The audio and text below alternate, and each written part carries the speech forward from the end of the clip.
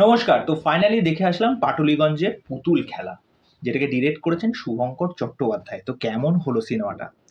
যারা ভাবছেন ট্রেলার দেখিনি বা এই সিনেমাটা কেমন হবে, আমি আপনাদেরকে বিশ্বাস দিয়ে বলছি, সিনেমাটা জাস্ট দেখে আসুন। যারা বলে থাকেন যে বাংলায় কমেডি হয় না, কমেডি মানে পেটে কাতুকুতু দিয়ে হাসতে হয়, আপনাদেরকে পেটে কাতুকুতু দিয়ে হাসতে হবে না।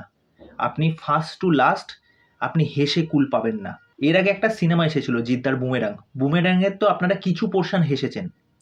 এখানে ফার্স্ট টু লাস্ট প্রত্যেকটা জায়গায় যেরকম হিউমার, যেরকম ওয়ান লাইনার, যেরকম অ্যাডাল্ট জোক আছে, যেরকম পলিটিক্যাল পোক আছে, আপনি মস্তি পেয়ে যাবেন সিনেমাটা দেখে। এই সিনেমার প্রথম পজিটিভ হচ্ছে এই সিনেমার রাইটিং। রাইটিং মারাত্মক হয়েছে। কে বলে বাংলায় এরকম কাজ হয় না, এরকম হিউমার তৈরি করা যায় না। দেখো এই লোকগুলোকে কাজ দাও, তারপরে দেখো কি ফিডব্যাক আসে, কি আউটকাম আসে।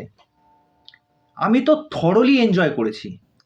এখানে মেন লিড যে ক্যারেক্টার পরাণ বন্দ্যোপাধ্যায়, গল্পটা যদি তোমাদেরকে ছোট্ট করে বলি, পাটুলিগঞ্জে থাকে হচ্ছে এই পরাণ বন্দ্যোপাধ্যায়ের ক্যারেক্টারটা, যার নাম হচ্ছে শৈবাল। তার টালির ছাদ।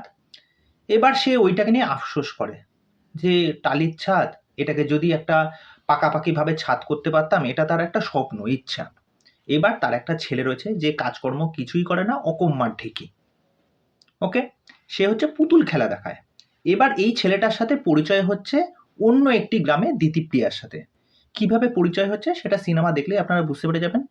এরপর ঘটনা কোন দিকে যায়, যারা ট্রেলার দেখেছেন বা দেখেনওনি, তাদের এই যে কথাটা বললাম, এইটা শুনে মনে হচ্ছে এর মধ্যে আর কি গল্প থাকতে চলেছে বা কি এমন আহামরি হবে।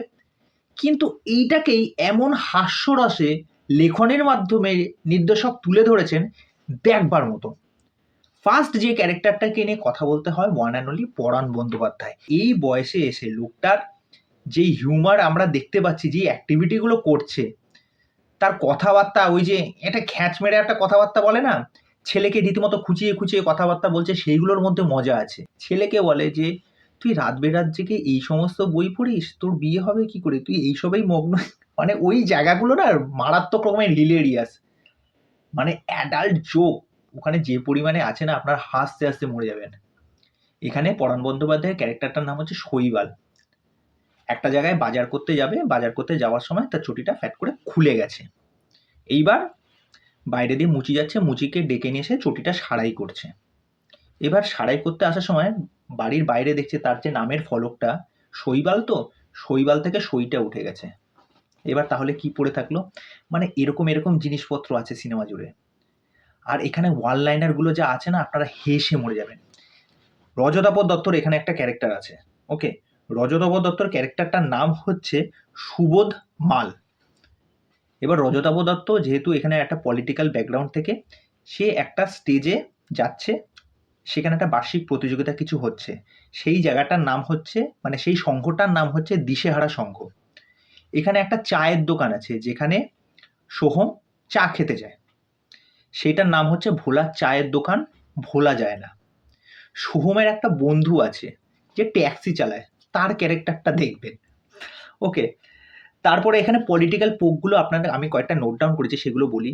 বৈশাখীও চলে গেল, দিদি পেছনে আছে বাবা, আমার শিল্প চলবে, বালিচুড়ি নিয়ে পোক আছে, এখন তো রাজ্য জুড়ে উৎসব চলছে। আরেকটা সংঘের নাম হচ্ছে কালশিটে সংঘ। ঠিক আছে, তা এখানে যেরকম পোকিং এসেছে, মানে পলিটিক্যাল পোকিংগুলো যেরকমভাবে এসেছে, এখানে দিতিপ্রিয়া সোহমের যে কেমিস্ট্রিটা দেখানো হয়েছে, তাছাড়া এই সিনেমাটার মধ্যে একটা সুন্দর মেসেজ দিয়েছে।